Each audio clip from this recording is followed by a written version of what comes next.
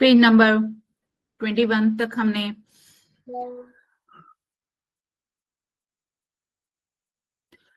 Complete कर लिया था। अल्प बुद्धिमत्ता व मानसिक विकार में भेद।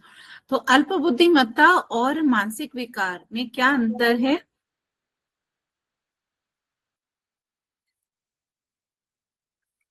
ये हम यहाँ पर आज समझेंगे।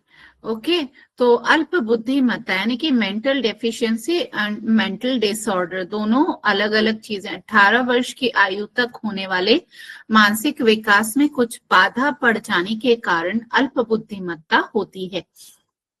अगर आपका 18 साल तक, जब तक कि आपका पूरा माइंड डेवलप हो, ब्रेन डेवलप हो, उसमें कोई बाधा पड़ जाए तो पूरा ब्रेन डेवलप नहीं हो पाए तो उसको हम कहते हैं जो है मेंटल डेफिशिएंसी या अल्प बुद्धिमत्ता। और मानसिक विकार मानसिक मन में दोष उत्पत्ति के कारण होता है। जब हमारे मन में कोई दोष उत्पन्न हो जाए तो उसके कारण हमारे अंदर मानसिक विकार या मानसिक रोग आते हैं। अल्प बुद्धिमत्ता जड़, मूर्ख, मूढ़ अथवा बालिश होते हैं। लेकिन अल्प बुद्धिमत्ता वंशानुगत दोष तो होता ही है, परंतु बधिरता, अंधता या अपंगता या अन्य शारीरिक दोष के कारण बालक पढ़ने लिखने में पिछड़ जाते हैं और उनकी बुद्धि का स्तर उत्पन्न नहीं हो पाता। तो कई बार शारीरिक कोई दोष जब कहीं रह जाता है तो उसके कारण भी जो है हमारा ब्रेन पूरा डेवलप नहीं हो पाता, तो वो भी एक कारण होता है। और कई बार हेरिडिटरी भी, मतलब वंशानुगत भी ब्रेन प्रॉपर डेवलप नहीं हो पाता, तो वहां पर भी अल्प बुद्धिमत्ता यानी कि मेंटल डेफिशिएंसी देखी जाती है। इन शारीरिक दोषों को दूर करने से विद्यार्थियों की मानसिक शक्ति में सुधार किया जा सकता है। अगर जो मेंटल जो कमी है फिजिकली, उनको अगर सुधारा जाए तो उससे ब्रेन डेवलपमेंट भी बेहतर होता है। मद्यपान तथा अन्य मादक वस्तुओं का सेवन जीवन की जटिलता, समाज से संघर्ष और शारीरिक रोगों के कारण चिंता, व्यग्रता, अनिद्रा, भीति, अस्थिरता, बुद्धि विपर्यता आदि उत्पन्न होते हैं, जिनसे आक्रामकता, ध्वंसकारिता, बहुत सारे ये हठवादिता, अनुशासनहीनता आदि आचरण बढ़ने लगते हैं। इन दोषों से समाज को बड़ी हानि होती है और किशोर अवस्था की दुश्चरित्रता समाज का सबसे अधिक हानिकारक रोग है। इन दोषों के रहते समाज का व्यवस्थित संगठन संभव नहीं है। तो यानी कि कई बार ऐसा हमारा कोई गलत आदत के कारण, जैसे मद्यपान करना या जीवन की जटिलता, समाज से संघर्ष या कोई चिंता, तनाव, इन सब के कारण आदि उत्पन्न हो जाता है। कोई मानसिक रोग हमारे अंदर, उससे आक्रामकता बढ़ती है, ध्वंसनकारिता, मिथ्याचारण, तस्कारता, जिद करने की आदत, अनुशासनहीनता, ये सब बिहेवियर डिसऑर्डर हमारे अंदर आने लगते हैं। इन दोषों फिर जब ये बिहेवियर, जिद करना, किसी की बात न मानना, डिसिप्लिन में न रहना, ये सब जब आदतें हमारे अंदर होती हैं, स्पेशली जब टीनेजर्स होते हैं, उनके अंदर ये सब आदतें डेवलप होने लगती हैं, तो वो हमारे समाज को भी नुकसान पहुंचाती हैं। नवजात शिशु से लेकर बुजुर्गों तक में अवसाद देखा गया है। बच्चों और वयस्कों में भी डिप्रेशन की संख्या दिन प्रतिदिन बढ़ रही है। तनाव युक्त जीवन, अत्यधिक महत्वाकांक्षी होना इन्हें और बढ़ा देता है। मतलब हम जो है उसमें सेटिस्फाइड नहीं होते हैं, इतने मतलब महत्वाकांक्षी हैं कि उसके तरफ बस दौड़ते रहते हैं, और अगर वो चीज आपको ना मिले तो फिर आपके अंदर तनाव बढ़ता है। मुख्यतः 40 वर्ष की मेनोपॉज, 40 वर्ष को मेनोपॉज एज कहा गया है डिप्रेशन की शुरुआत के लिए, किंतु यह हर उम्र में हो सकता है। WHO के अनुसार हर 6 में से एक और 8 में से एक पुरुष डिप्रेशन का शिकार हो रहा है। मेनोपॉज फेज लगभग 40-45 की एज के आसपास शुरू होता है, और जहाँ पे हार्मोनल चेंजेस बहुत ज्यादा होते हैं, जिसके कारण से भी मूड स्विंग, हॉट फ्लैशेस और डिप्रेशन, मानसिक तनाव थोड़ा बढ़ जाता है। लेकिन ऐसा नहीं है, अलग अलग उम्र में भी मानसिक तनाव देखा जाता है। तो उसके अलग अलग कारण हैं, और अकेलापन भी उसका एक कारण है। बहुत ज्यादा महत्वाकांक्षी होना, बहुत ज्यादा हमारे अंदर डर का आना, ये कुछ कारण है जिनकी वजह से तनाव या डिप्रेशन आज की जनरेशन में काफी तेजी से बढ़ रहा है। जैसे मैंने कहा कि महत्वाकांक्षा, जैसे बच्चों के अंदर भी, अगर आप मार्क्स को लेके भी देखते हैं, तो अगर आप मार्क्स के रेस में दौड़ते रहोगे तो आप को फिर वही, अगर वो नंबर अचीव नहीं आप कर पाए तो आपके अंदर डिप्रेशन आएगा। तो आप मार्क्स के लिए, नंबर्स के लिए मत पढ़िए। अगर आप नंबर्स के लिए पढ़ोगे तो वहां प्रॉब्लम आ जाएगी। अगर आप ज्ञानवर्धन के लिए, अपने ज्ञान को बढ़ाने के लिए पढ़ते हो, तो वो आपको फायदा पहुंचाएगा। ठीक है। और अगर आप मार्क्स की रेस में ही दौड़ते रह गए तो वहां आपके अंदर तनाव आना निश्चित है, क्योंकि आपने एक वो बना लिया कि इतना परसेंट या इतना परसेंट, और अगर या इस कंपटीशन में या उस कंपटीशन में अगर वो अचीव नहीं हुआ तो फिर आपके अंदर जो है तनाव आना निश्चित है। तो इसलिए हमेशा ज्ञान के लिए पढ़ें, और नंबर या मार्क्स की रेस में दौड़ नहीं लगानी चाहिए।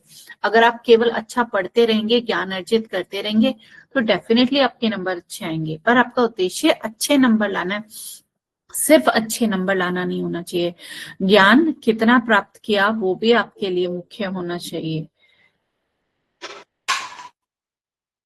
1 सेकेंड, 1 मिनट लगेगा, मैं 1 मिनट में आती हूँ।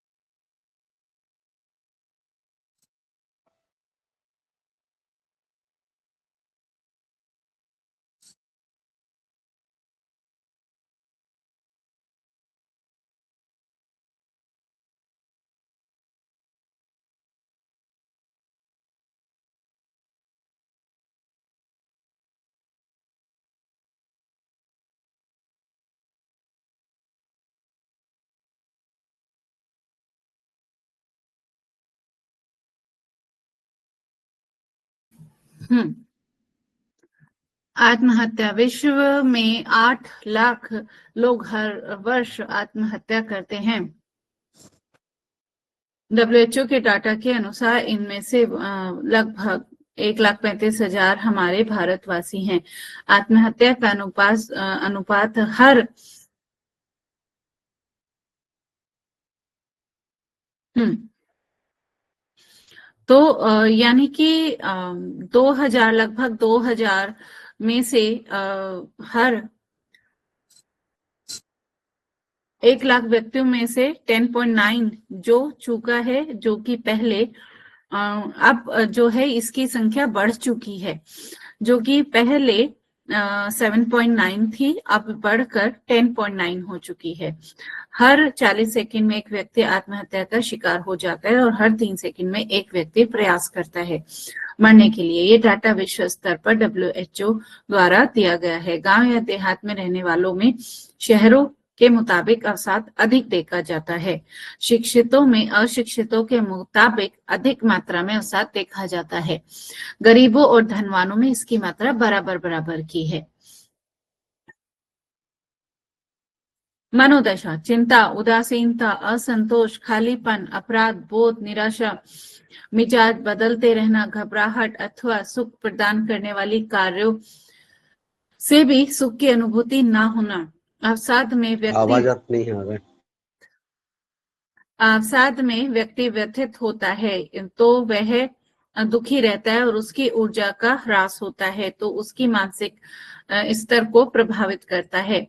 ऐसी स्थिति में व्यक्ति बहुत ही तनावग्रस्त और तक अनुभव करता है। उसके मन में अपने प्रति संशय उत्पन्न होने लगता है।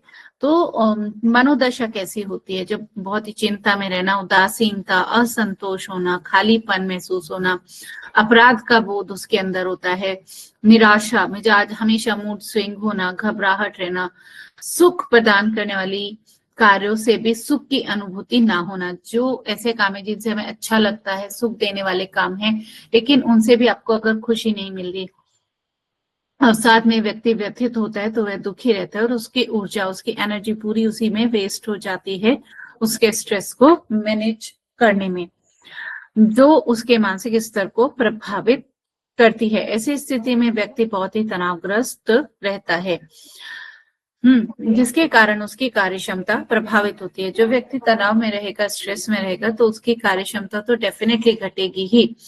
उसे वह अवस्था और अधिक अवसाद में ले जाती है जब वो काम नहीं कर पा रहा, तनाव के कारण वो काम नहीं कर पा रहा, जब काम नहीं कर पा रहा तो और ज्यादा डिप्रेस हो रहा है।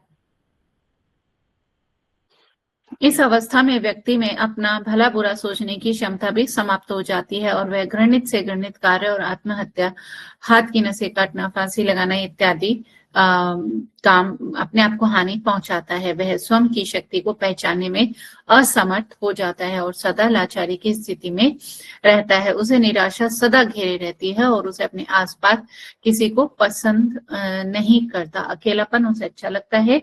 किसी की भी बात भले ही मजाक में कही गई हो, उसे तीर की तरह चुभ जाती है और हर बात को अपने से जोड़ लेता है और सब पर संदेह करता है। भूतकाल को याद करके, बीती बातों को याद करके वह अकेले में ही रोता रहता है। वह अपने मन की बात किसी से नहीं बताता क्योंकि उसे अपने परम हितैषियों पर भी विश्वास नहीं होता और नहीं ईश्वर पर। म्यूट अच्छी म्यूट जी, माइक ऑफ कर लीजिए। तो विश्वास, किसी पर विश्वास नहीं करता।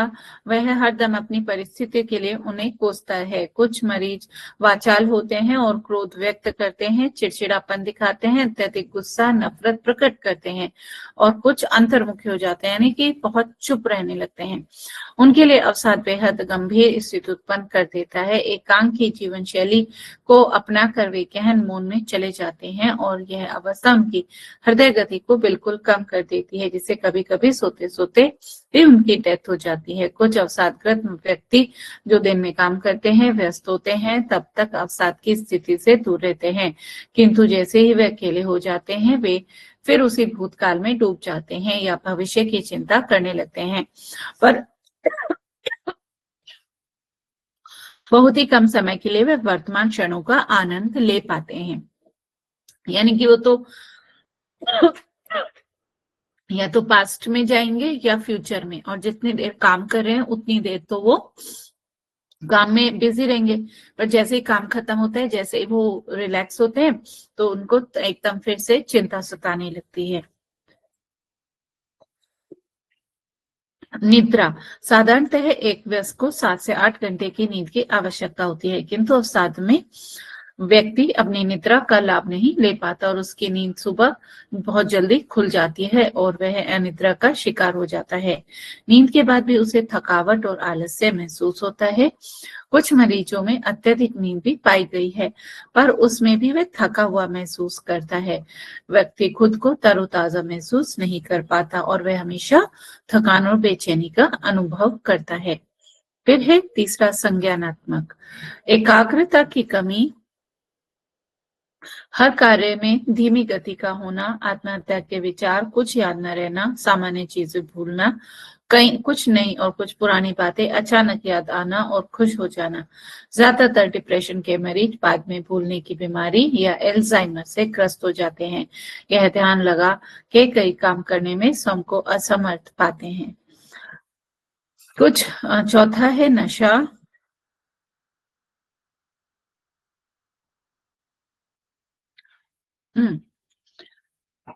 तो ये सब कॉमन प्रॉब्लम्स हैं जो कि तनाव, जिसको कि तनाव है उसके, एक तो उसकी नींद खराब होगी, उसको नींद नहीं आएगी, या तो नींद आएगी ही नहीं, आती भी है तो बहुत जल्दी बीच में ही उसकी नींद खुल जाती है।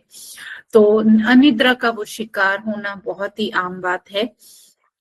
जब जो व्यक्ति तनाव में होता है, तो जैसे कि तनाव अगर किसी व्यक्ति को है और उसको अनिद्रा यानी इंसोम्निया की प्रॉब्लम है, नींद नहीं आती, तो ऐसे व्यक्ति को नियमित रूप से योग करना चाहिए। जब वो व्यक्ति योग करता है तो योग के द्वारा उसकी जो है तनाव कम होता है। जब तनाव कम होगा तो वो प्रेजेंस में रहेगा और वो भूत या भविष्य में या चिंताओं में कम जाएगा, और जिसके कारण उसका जो नींद की प्रॉब्लम है वो धीरे धीरे दूर होने लगती है। तो डेली उसको कम से कम प्राणायाम डेली करना है, ध्यान का अभ्यास डेली करना है, तो इससे एकाग्रता भी बढ़ती है, मन शांत रहता है, दोनों चीजें सही होती हैं। तो एकाग्रता के लिए भी और मन को शांत करने के लिए भी तो प्राणायाम योग तो प्रत्येक व्यक्ति को करना ही चाहिए।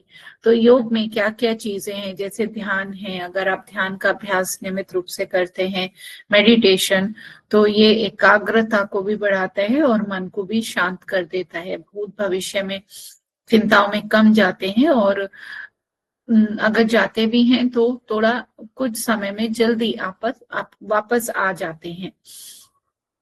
इसी के साथ साथ जो है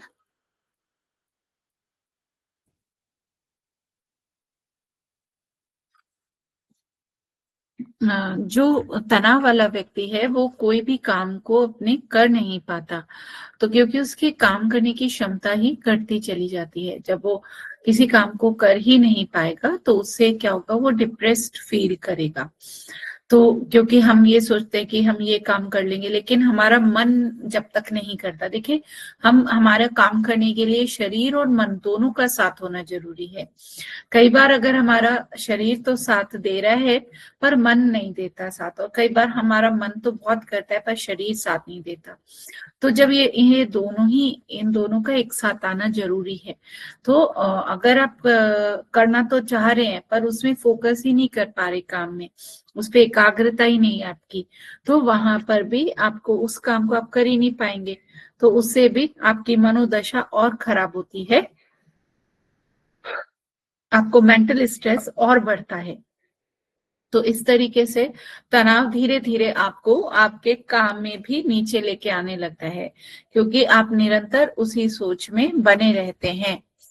तो आपको जो है नियमित रूप से प्राणायाम का अभ्यास, ध्यान का अभ्यास और आसन भी, ऐसा नहीं है कि आसन आपको मदद नहीं करते, जो है तनाव से बाहर आने में आसन भी आपको मदद करते हैं। तो इस तरीके से आसन का अभ्यास भी होना चाहिए। आसन आपके, अगर हम ऐसे कहें कि हार्मोन्स को बैलेंस करते हैं या चक्रास को संतुलित करते हैं, जो एनर्जी का मूवमेंट है वो चैनलाइज होता है, सही दिशा में एनर्जी मूव करती है। तो अपने आप जो है, जैसे उदाहरण के तौर पे अगर हम बात करें इस डर की या एंजाइटी की, तो हमारा जो 7 चक्र होते हैं अगर आप जानते हैं, तो मूलाधार चक्र जो सबसे बेसिक चक्र होता है, ये हमारी मेंटल हेल्थ से सीधा कनेक्ट करता है, क्योंकि हमारी जो किडनी है उसके ऊपर एक ग्लैंड होती है जिसको हम एड्रीनल ग्लैंड बोलते हैं, और यह है ग्लैंड जो है कोर्टिसोल, जो कि एक स्ट्रेस हार्मोन है, उसको रिलीज करती है। तो हम इसे ग्लैंड के रूप में तो ऐसे जानते ही हैं, पर मूलाधार चक्र हमारे, अगर ये आपका इनएक्टिव है, कम एक्टिव है, तो इससे क्या होता है कि आपके अंदर तनाव, डर ये बढ़ने लगते हैं, आपका कॉन्फिडेंस लेवल नीचे जाने लगता है। तो अगर आपके साथ ये सब प्रॉब्लम हो रही है तो आपको अपने मूलाधार चक्र को जागृत करने पर काम करना चाहिए। मूलाधार को आप योग के द्वारा सरलता से एक्टिव कर सकते हैं।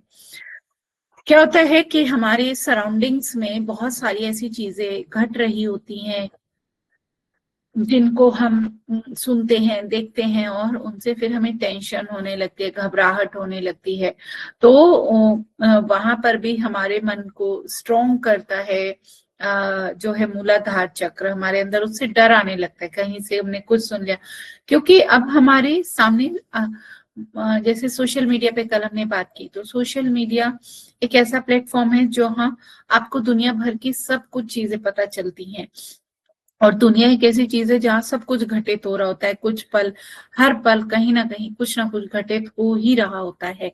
और वो हर चीज जब हम सुन रहे होते हैं, देख रहे होते हैं, तो वो हमारे अंदर धीरे धीरे डर पैदा करता है। तो अब अभी क्या होता था, अब जब तक सोशल मीडिया नहीं था, तो आपको बहुत दिनों बाद कुछ बात किसी ने बता दिया कि अच्छा वहां ऐसे हुआ, तो वो आप चीज आपको उतना प्रभावित नहीं करेगी कि आपको वो बहुत दिनों बाद पता चली और किसी ने नॉर्मल वे में आपको बताया कि वहां पे ऐसे ऐसे हुआ। तो वो एक नॉर्मल वे में आप आराम से उसको लेंगे। लेकिन जब आप सोशल मीडिया के थ्रू वो चीज आपको दिखाई देती है स्पष्ट रूप से, तो आप उनसे ज्यादा प्रभावित होते हैं। तो इस तरीके से अपने जैसे ज्ञानेंद्रिय हैं, जैसे आंखें हैं, कान है, जो सुन रहे हैं वो देख रहे हैं, उसी से तो हम प्रभावित हो रहे हैं, उसी से हमारे अंदर मन के दोष बढ़ते हैं। जैसे तो अपनी सराउंडिंग्स में उन चीजों से आपको बचने की भी कोशिश करनी चाहिए जहां से नेगेटिविटी आपके अंदर ज्यादा आती हो। फॉर एग्जाम्पल अगर हम सोशल मीडिया की बात करें तो या न्यूज है या ऐसे, तो उस न्यूज को हमेशा उस रूप में देखना चाहिए जहां पे बस केवल आपको थोड़ा नॉलेज कि क्या चल रहा है। लेकिन बहुत अगर आप एक ही चीज को बार बार देखते रहेंगे, ये हो गया ये हो गया, तो वो धीरे धीरे आपके अंदर तो डर पैदा करता ही है। और वो डर फिर आपके अंदर धीरे धीरे मानसिक शारीरिक रोग को पैदा करता है। तो आपको हमेशा ऐसी चीजों से बचना चाहिए कि जो चीजें आपके अंदर डर पैदा करती हूँ। और डर हमेशा ज्ञानेंद्रियों के द्वारा ही पैदा होता है, आंख के द्वारा, जो आपने सुन लिया, जो देख लिया, है ना, तो उनसे स्पेशली हमारे अंदर फियर आता है। और फियर जब आ गया तो हमारा मूलाधार चक्र कमजोर पड़ जाता है, और जिसके कारण कई बार हमें हमारा कॉन्फिडेंस लेवल भी नीचे आने लगता है। और हमारा जो है सर्वाइवल, हमारी जो फाउंडेशन है, हमारे घर परिवार को चलाने के लिए जो एक सर्वाइवल के लिए चीजें चाहिए होती हैं, उसके लिए भी मूलाधार चक्र का एक्टिव होना बहुत जरूरी है। अगर आप का सर्वाइवल पे भी क्वेश्चन मार्क आ रहा है, तो इसका मतलब कि मूलाधार चक्र आपका कमजोर है। तो योग के द्वारा अपने मूलाधार चक्र को जागृत कीजिए, जागृत इन द सेंस चैनलाइज करिए उसको सही रास्ते पर, मतलब वो अपने रास्ते से हट गया है, तो उसको चैनलाइज करके आप उसके एनर्जी को सही दिशा में मूव करा सकते हैं। और उससे आपका आसन के द्वारा, जो नियमित रूप से आप आसन करते हैं, उन्हीं के द्वारा ये सरलता से संभव है। तो इन चीजों की जानकारी आपको होनी चाहिए जब आप योग में हैं। अलग अलग चक्र अलग अलग चीजों को दर्शाता है, और अलग अलग चीजों के द्वारा अलग अलग भाव को नियंत्रित करता है। अलग अलग चक्र अलग अलग भाव को दर्शाता है या नियंत्रित करता है। तो इस तरीके से आप अपने डर को, गुस्से को, फियर को, एंजाइटी को, इन सब चीजों को आसानी से कंट्रोल कर सकते हैं।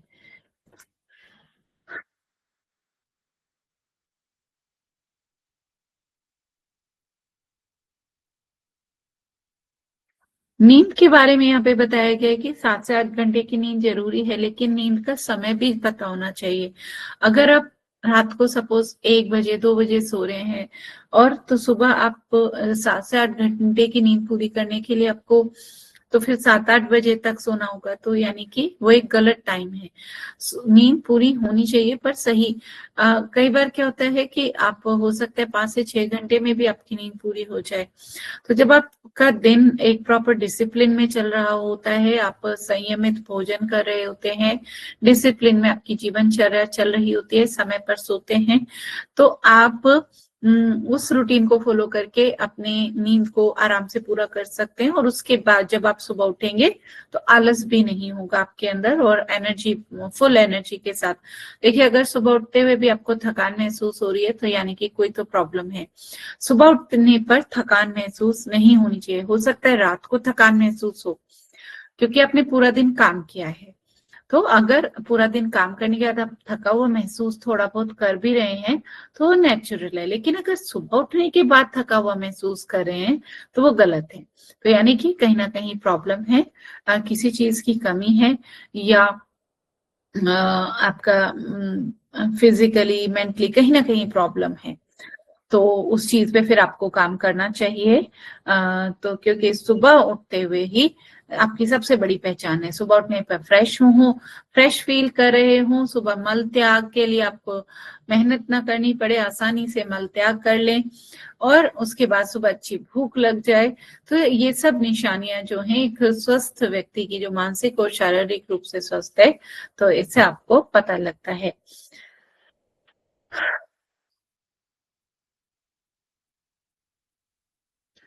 यहाँ पर एल्जाइमर का भी बताया गया है। एल्जाइमर एक ऐसी समस्या है जिसमें जो नॉर्मली बढ़ती हुई एज में ही सामने आती है, जब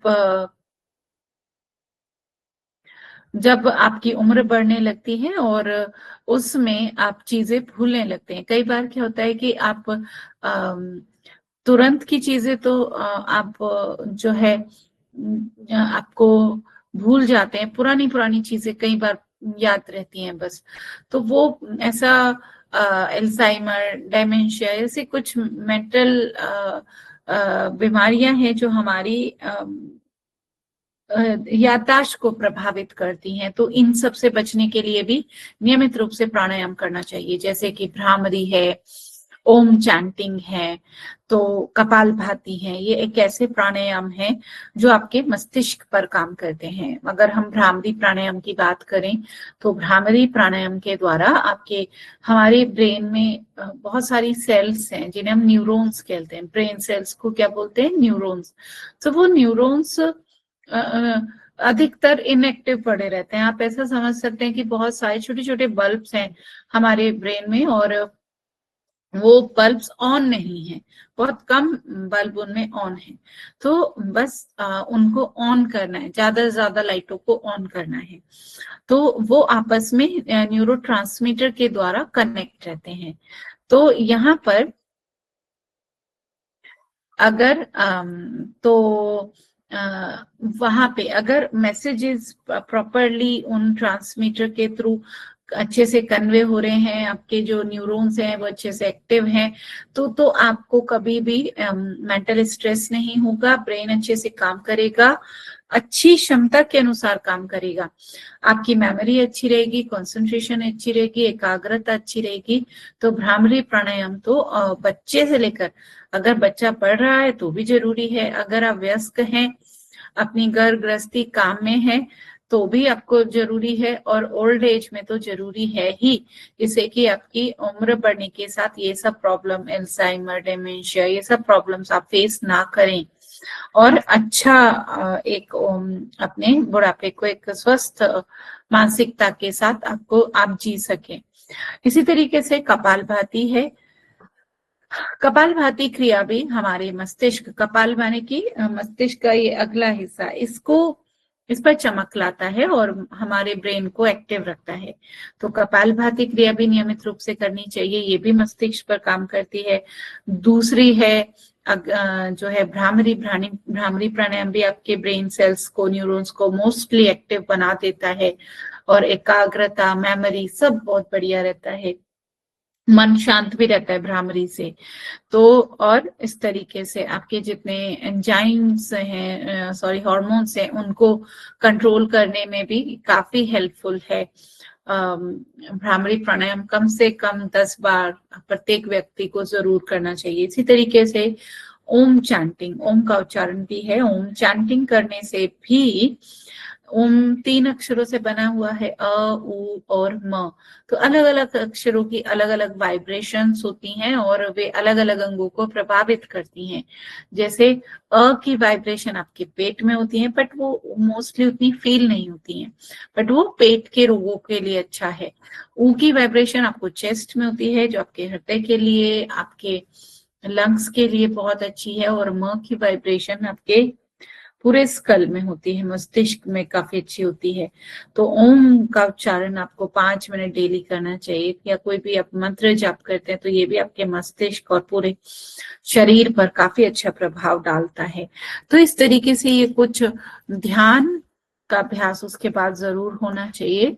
तो ऐसे और कुछ ऐसे आसन भी हैं, जैसे सर्वांग आसन, शीर्षासन, है ना, तो ऐसे आसन भी आपके मस्तिष्क को काफी स्वस्थ बनाते हैं और मानसिक रोगों से आपको बचा कर रखते हैं। तो बहुत सारे तरीके हैं। स्पेशली योग की बात करें तो योग के माध्यम से आप अपनी मानसिक स्वास्थ्य को बहुत अच्छा और बेहतर बनाए रख सकते हैं।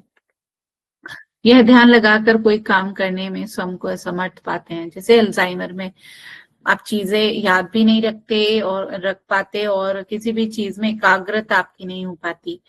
तो फिर इसके बाद आता है नशा। कुछ लोग नशा करने लगते हैं और कि वे हर दम वास्तविकता से दूर रहें, क्योंकि वो नशा इसलिए करते हैं कि वो उस स्ट्रेस को या उस कंडीशन को या सिचुएशन से बचना चाहते हैं। तो उससे बचने के लिए वो नशे का सहारा लेते हैं और उससे उसको वो लोग उस कंडीशन को या उस सिचुएशन को फील नहीं कर पाते कुछ देर के लिए। सिर्फ उनका ये उद्देश्य है क्योंकि उसमें इसे स्वीकार करने की शक्ति नहीं होती, क्योंकि वो उस सिचुएशन को स्वीकार नहीं कर सकता तो उससे बचने की कोशिश करता है। उससे बचने की कोशिश के लिए वो कोई किसी न किसी नशे की आदत में पड़ जाता है, क्योंकि जब वो नशे में होता है तो वो उस परिस्थिति से बचने की कोशिश कर रहा होता है। तो वे डरपोक हो जाते हैं। जीवन के उतार चढ़ाव को बर्दाश्त करने की क्षमता उनके अंदर कम हो जाती है, घट जाती है। कैफीन, चाय, जंक फूड इत्यादि से भी प्रभाव पड़ता है। सिगरेट, धूम्रपान आदि अथवा तंबाकू सेवन आदि भी गलत प्रभाव डालते हैं। आज का लास्ट पॉइंट हम ले रहे हैं यहाँ पर विशेष शारीरिक लक्षण। नींद और भूख की अधिकता, कार्बोहाइड्रेट क्रेविंग यानी कि जंक फूड खाने की तीव्र इच्छा, जैसे पिज्जा, पेस्ट्री, बर्गर आदि।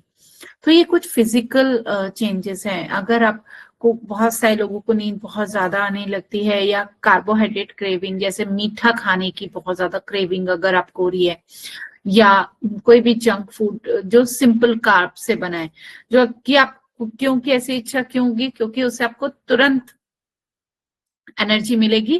तुरंत एनर्जी मिलने से आपका बॉडी उसे उस स्ट्रेस से फाइट करने में यूज करेगा, क्योंकि आप तो स्ट्रेस में हैं। स्ट्रेस में व्यक्ति की एनर्जी सबसे ज्यादा खत्म होती है स्ट्रेस को मैनेज करने में, क्योंकि स्ट्रेस हमारे शरीर के लिए एक इमरजेंसी सिचुएशन है।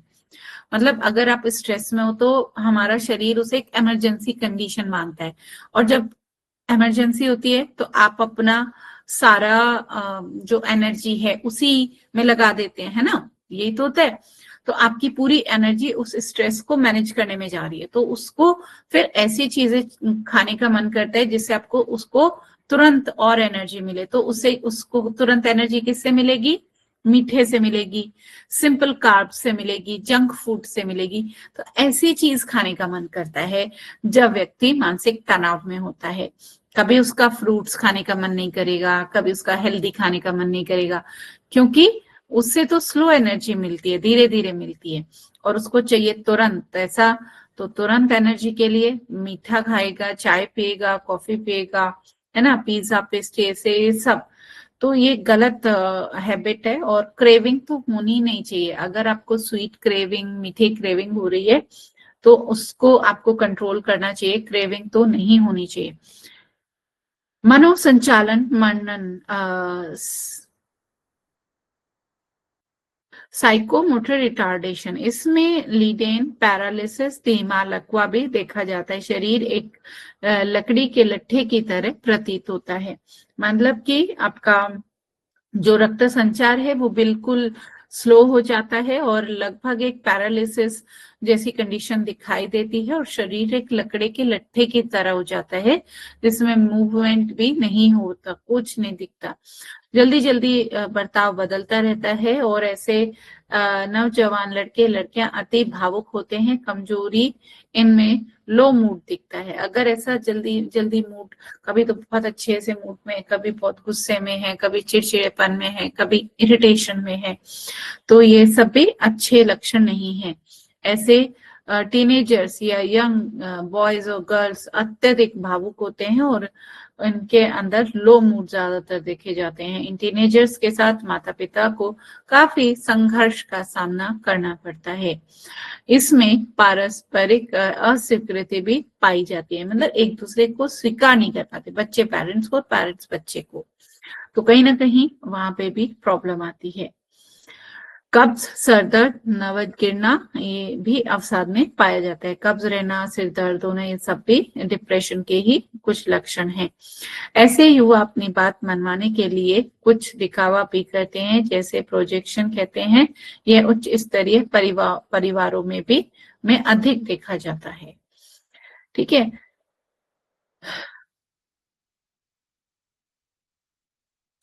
कल हम पढ़ेंगे यहाँ पर कि डिप्रेशन के क्या कारण हैं, क्यों होता है।